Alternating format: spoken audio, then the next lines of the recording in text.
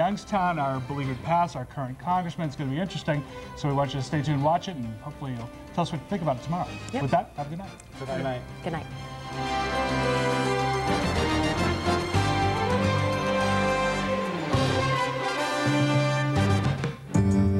March 30th, 2000. We had a generation of public figures that sold their souls to the mob.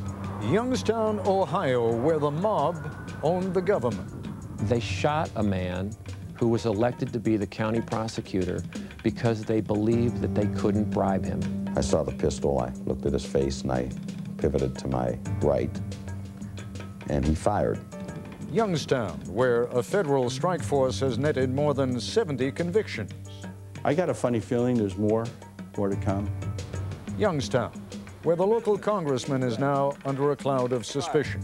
The congressman's top aide is admitted to being a bagman for the mob. If there's anything I've done, it's something that anybody else in Congress has done.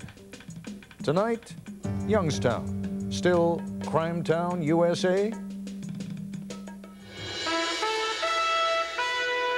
From ABC News, this is Nightline. Reporting from Washington, Ted Koppel. There used to be a joke in Youngstown, Ohio. This was back in the late 50s and early 60s when the place was widely known as Crime Town or even Murder Town, Ohio. For $2, the joke went, a Youngstown barber will cut your hair. For $3, he'll start your car. Car bombs were much in fashion back then. It was the mob's favorite way of dealing with competition. Between 1951 and 63, there were 75 bombings. The FBI investigated, as did the IRS. There was a certain level of civic indignation, but not much changed. Now, at last, things may be changing. The latest organized crime and public corruption investigations have led to 78 convictions in just one congressional district. And the congressman from that district, Democrat James Trafficant Jr., thinks the feds may be after him next. I'll be talking to Congressman Trafficant a little later in this program. So far, among those convicted, the county prosecutor, a judge, a second judge has been indicted but not convicted, 2 county commissioners, the sheriff, the county engineer, and the man who ran Trafficant's congressional office in Youngstown, who was an admitted bagman for the Youngstown mob. We begin with a couple of reports from Nightline correspondent Chris Bury. There was a contract placed on my life because the Strollo organization knew that they couldn't fix cases with me. To understand just how brazenly and brutally organized crime has operated in Youngstown, consider what happened on Christmas Eve, 1996, to the newly elected Mahoning County prosecutor. Paul Gaines was making a phone call in his kitchen when the door flew open and a man with a revolver walked in. I saw the pistol, I looked at his face, and I pivoted to my right, and he fired. And as I pivoted my arm, I swung my arm up, and the slug went through my arm into my side. He fired a second round as I was falling down. I fell on the floor, and the next thing I remembered, I woke up. The gunman squeezed the trigger a third time, but the revolver jammed and he fled. Gaines was able to call for help before he passed out. They shot a man who was elected to be the county prosecutor because they believed that they couldn't bribe him. Jim Woolley helped prosecute mobsters in Youngstown for the U.S. Organized Crime Strike Force. He says the shooting of Paul Gaines was outrageous, even for the mafia. We've seen mobs rub out rival gamblers, rub out rival mob people, but here you're talking about an elected public official who the mob believes they won't have any control over, stalking him, breaking into his home, and shooting him.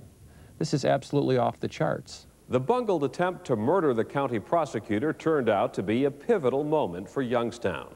A team of FBI agents and federal prosecutors had already been investigating Ohio mobsters and their longtime grip on illegal gambling.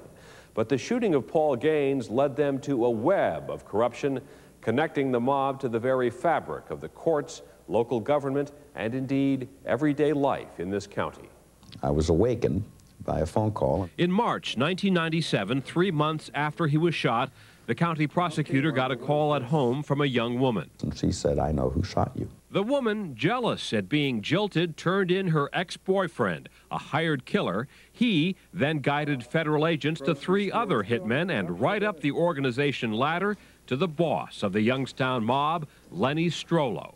He cut a deal with federal prosecutors and agreed to cooperate. Lenny Strollo turns. Lenny Strollo gets charged with murder and turns. He's the mob boss. Unprecedented here.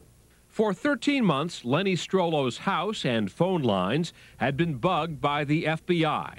Those recordings picked up a virtual who's who of local officials, lawyers, and judges on the mob boss's payroll. What he wants to do is keep his illegal activities insulated from law enforcement. So you've got to bribe the police to look the other way.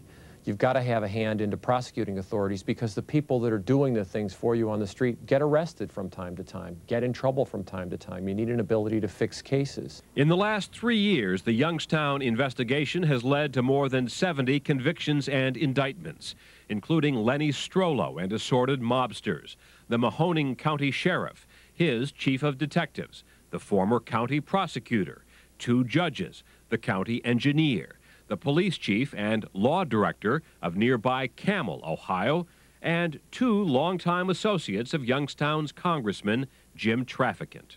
What does that say about Youngstown, Ohio? What it says about Youngstown, Ohio is that we were, and I say we were, one of the most corrupt cities in the United States of America. And the prosecutions and the indictments will continue. What had happened in our community, I believe, is that the mob purchased every public office in the community. To some extent, they have been the government in this community. Attorney Jim Callan has spent much of his career trying to expose corruption in Youngstown.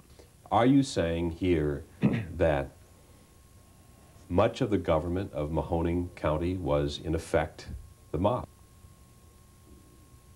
They had very close ties with the mafia, and some of them appear to have been close associates of the mafia. And to some extent, we were operating a criminal enterprise here. That criminal enterprise has further corroded a Rust Belt community already suffering from the closing of steel mills that for decades drove the economy here in the Mahoning Valley. But you got all these businesses here boarded up, out of business. Yes. And what does that have to do with the mob? Well, what happened in 1991, we jumped from 19 homicides here to 59. So there became a perception, particularly with the suburbs, that going to Youngstown is a dangerous thing. A dangerous thing to do. So the impact is real, tangible, insidious. Crime exploded because corrupt judges took bribes to fix cases and free criminals. Roads crumbled because the crooked county engineer steered contracts to the mob. Business stayed away because of the notorious reputation Youngstown is still trying to live down. To this day, County Prosecutor Paul Gaines packs a gun on his hip. He likens the mob to a cancer. You walk into a hospital room and have a cancerous tumor, you're going to feel pain when they remove it. Well, we're removing this cancerous tumor. We had a generation of public figures that sold their souls to the mob. Absolutely. Why try and hide it? Why try and lie about it? They let the people down. The people in this community are great people. They let the people down who elected them to public office. And today, those investigations continue all the way up to Youngstown's Congressman James Trafficant. That in part 2 of Chris Bury's report when we come back. This is ABC News Nightline, brought to you by Sprint.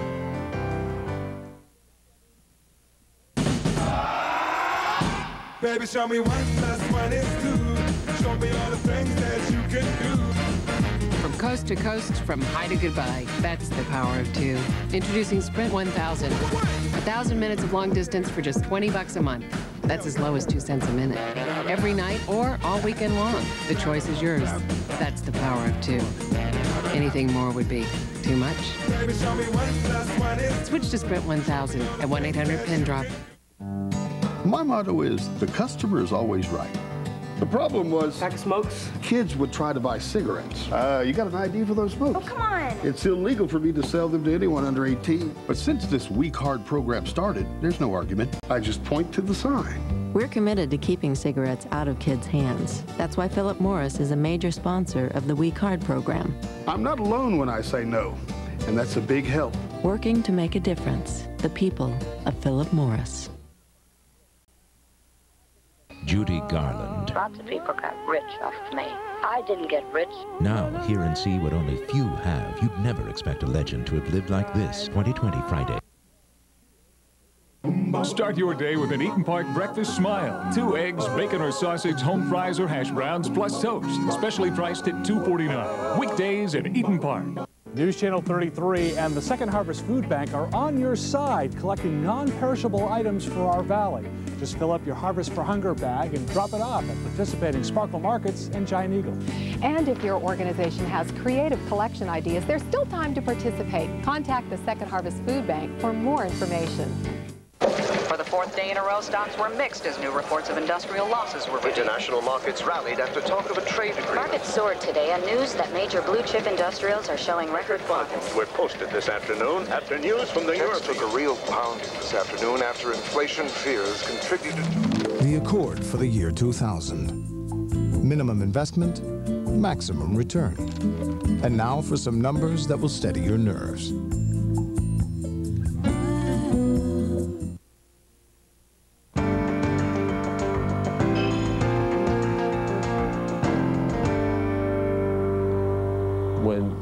Mills were really thriving in Youngstown, there was a steady stream of workers pouring out of the mills with ready cash who were ready, willing, and able to sit down at gambling games and play. So there was plenty of money to be made from the rackets, from the gambling. There was the Cleveland faction and the Pittsburgh faction. And back in the 60s, late 50s, early 60s, we had our share of car bombings. The media referred to us as Little Chicago. As the two factions vied for control of the city's rackets, so many mob bombings rocked Youngstown, 75 over a 12-year period, that in 1963, the Saturday Evening Post called it Crimetown, USA. There were a number of very violent killings. It culminated in a bombing of a guy named Charlie Cadillac Caballero, in which he was killed, one of his sons was killed, and another one was seriously injured. And that apparently was so brutal that it led to a peace for a decade or so. But in the early 80s, Youngstown's reputation took another hit. Jim Trafficant, the flamboyant county sheriff, was caught on tape talking to Charlie and Orland Carabia, two brothers in the Cleveland Mafia. In this excerpt, they discussed contributions Trafficant had taken from them and from the mob in Pittsburgh during his campaign. They have given $60,000. So we gave 60, what did we give? Okay, 103. Good. So now that's two-thirds of the pie. Quite right there. In his 1983 jury trial on federal charges that he took $163,000 of mob money, Trafficant represented himself, though he's not a lawyer, and beat the Justice Department. His acquittal made him a folk hero, and he's now been elected to Congress 8 times. But the Internal Revenue Service never bought Trafficant's story that he was somehow setting up a sting before he was even elected. There's a federal tax court that has examined all of the evidence, and it's concluded, among other things, that he accepted bribes from organized crime figures to influence his performance as sheriff, that he engaged in fraud to conceal it, and that he laundered the money, some of that money. Bliss bankrupted yesterday, putting 500 of my workers on the street due to 2 reasons. Number 1, the continuing flood of illegal steel imports. In Congress, Trafficant is best known for his biting speeches on behalf of blue-collar workers and his bad haircuts, 70s suits, and trademark sign-off. Beam me up! But in the last few weeks, Youngstown's colorful congressman has been railing against an old enemy, the Justice Department, that he worries will soon indict him again. A source close to the case confirms that Mr. Trafficant is now the target of a federal grand jury investigation.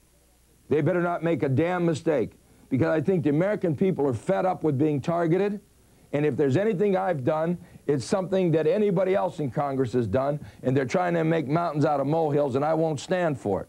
His office has acknowledged turning over payroll and phone records. A grand jury has summoned a number of his staffers, and FBI agents here in Youngstown are investigating allegations the congressman received gifts he never reported, including construction work on an elaborate horse barn and a couple of expensive cars. Then there are the congressman's friends. George Alexander, his legal advisor during the trial, pleaded guilty to encouraging that mob hit on prosecutor Paul Gaines. Charles Onesti, Trafficant's top aide in Youngstown for nearly 14 years, testified he was a bag man, taking money from the mob to a candidate elected county sheriff. I truly believe that the congressman has used his office as a lounge for the mob. In the spring primary, State Senator Bob Hagan made the mob a major issue in his losing bid against Trafficant, who angrily denied any connections to organized crime. And they have a hell of a record, and the mob hates Jim Trafficant. In fact, Jim Trafficant's life has been threatened by the mob, and I've had about enough of it. That kind of bluster and bravado have always played well in Youngstown, where talk radio confirms Trafficant's local reputation of standing up for the little guy. Working hard for this community. Guys, you just pick things out of the air and attack this guy. Unfortunately, many of my listeners would like the FBI and law enforcement to leave us alone and get back to business as usual. The good news is the 70 indictments and convictions is evidence that we are moving in a positive direction. So we're going through a cleansing process which is necessary for our community. That famous magazine cover, Crime Town, USA, still accurate? No. They can't function without public officials. We are identifying these public officials, and we're prosecuting them. They're parasites, and they siphon off the government, they siphon off good people, and they're no good.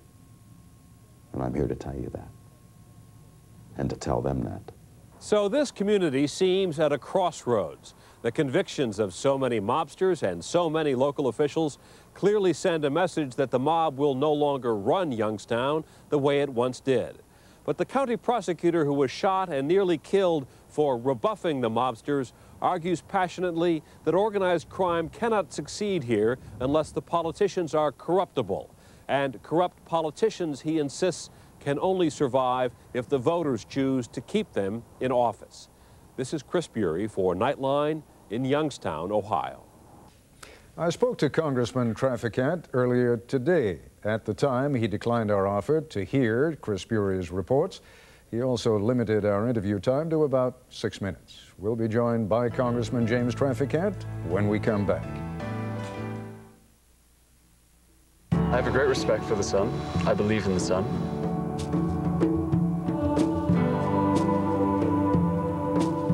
He also has a thing about trees. And in the embers of a wood-burning stove, he sees a power plant of the future. Fossil fuels on their own can't be the answer.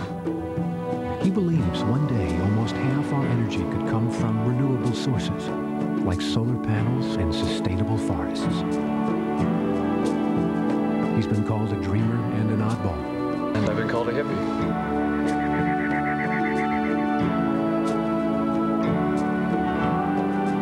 But more recently, a project manager for Shell.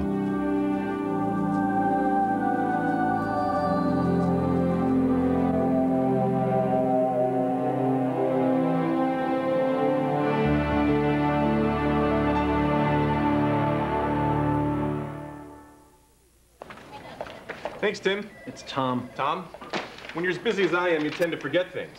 When it comes to office supplies, you gotta be on the ball. That's why I like Staples.com. They send me emails reminding me when to stock up on the supplies I need to keep my office humming. It makes things easy. My days of forgetting are behind me. Want to give him 10 more minutes? Order anything, anytime, anywhere with overnight delivery. Staples.com. Hey, you don't have to run out. He's got Zagatron? I'll exchange it. Introducing e-merchandise return from the United States Postal Service. It's so simple, your customers can print a prepaid return label right from your website. Now the stuff they buy online practically returns itself. Easier exchanges for them means more business for you. What's your e-priority? Fly like an eagle. When it comes to Ilian Gonzalez, does father know best? The kid's got to go with his dad. You know, Bill, as you know, I have several illegitimate children. Politically Incorrect with Bill Maher coming up. This is awesome. Yeah, it's not bad. I can't believe you're only paying.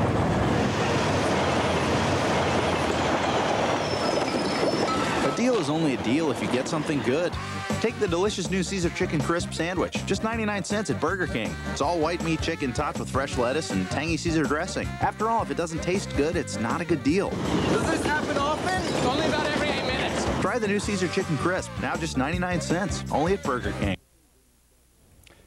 And joining us now from Capitol Hill, Ohio Congressman James Trafficant.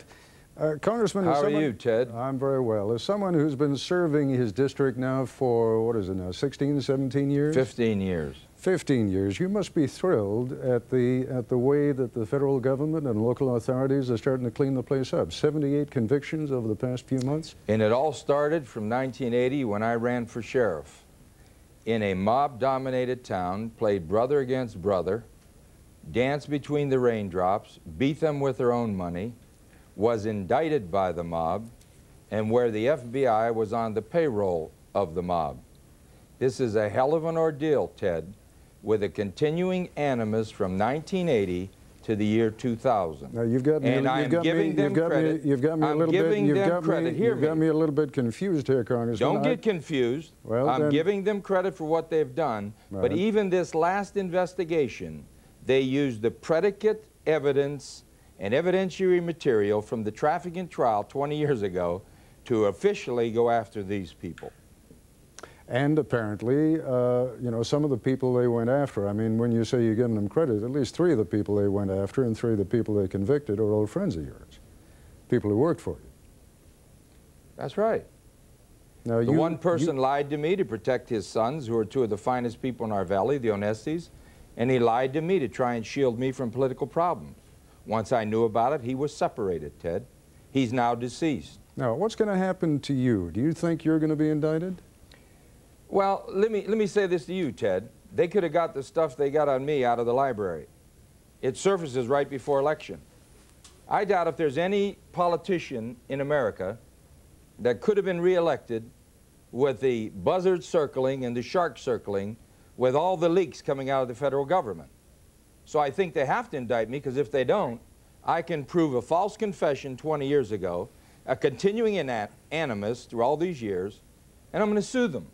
I'm either going to be going to jail, Ted, or I'm going to be one of the richest guys you've ever interviewed, but there's no in between. I'm going to fight them. What are they going to indict you on, do you think? I don't know. I'm not leaking anything. They are. But when I go to court, I'm going to represent myself.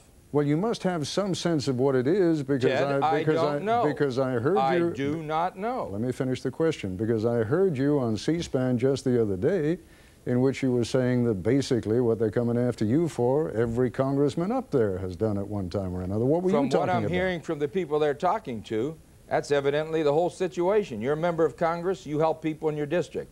But let me say this. Well, what were you talking about specifically, though? I mean, I'm not talking about anything specifically, well, and I'm not on trial. Are you a representative of the government, Ted? Hell no. If they want to charge me.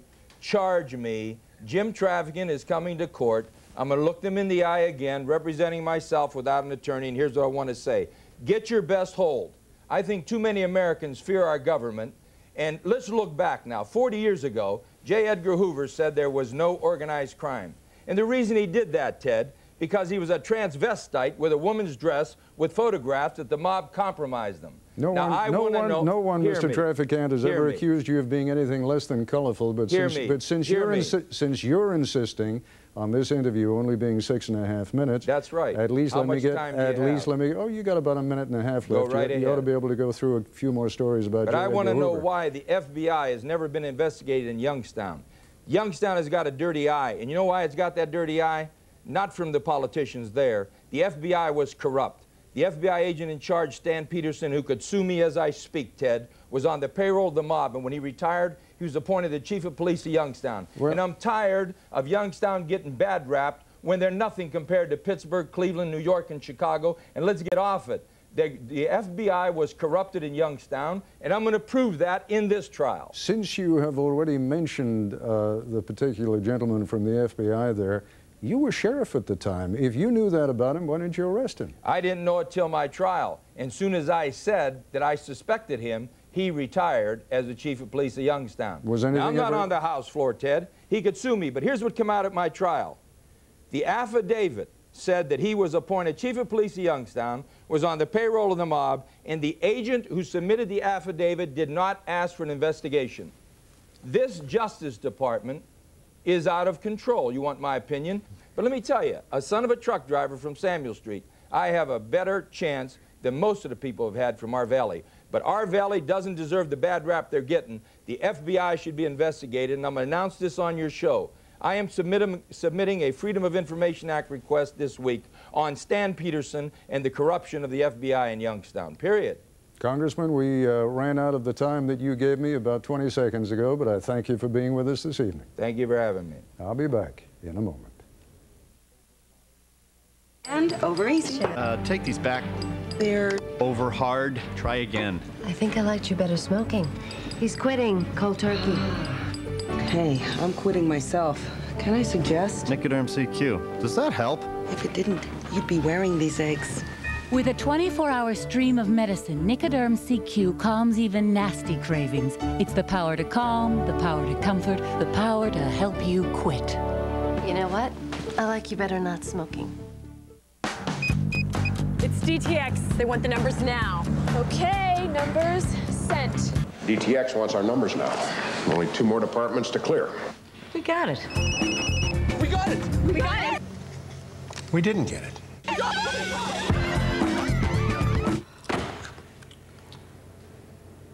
This is the wireless workplace, and Aether drives it. What's up with this? I thought we could use a bigger office. Aether, wireless solutions for a portable planet. It takes a giant to make Mom is really gonna be surprised. It takes a giant to make you smile. It's a feeling you get when you step inside that makes it all worthwhile. It's all those things that feel so right. It's everything that we do. It takes a giant to make life simple. Giant Eagle. So, what are you gonna do for dinner tonight? The answer's as easy as KFC. Introducing the Colonel's 10 4-pack meal deal. For a very short time only, get 10 pieces of the Colonel's chicken and 4 biscuits for just $9.99. That's right, 10 delicious pieces of the Colonel's famous chicken, plus 4 freshly baked biscuits, all for just $9.99. Woo! Now that's a big tip for good buddy. Hurry, this deal ends soon. Want to do chicken right at a right good price? Come see me. Andy, chemical dependency. John, depression. Katie, eating disorder. Libby, anxiety disorder. Eric, attention deficit disorder. We help kids and families through the challenges of growing up because sometimes it's not just a phase. For a free assessment, contact Youth Services and Adolescent Recovery Services at Todd Children's Hospital. Call 740-3184. Tomorrow on Good Morning America, the latest on the impasse in the Elian Gonzalez case. That's our report for tonight. I'm Ted Koppel in Washington. For all of us here at ABC News, good night.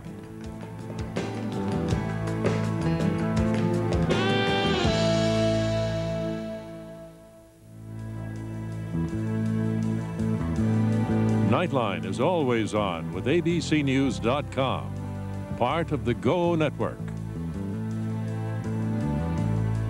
This has been a presentation of ABC News. More Americans get their news from ABC News than from any other source.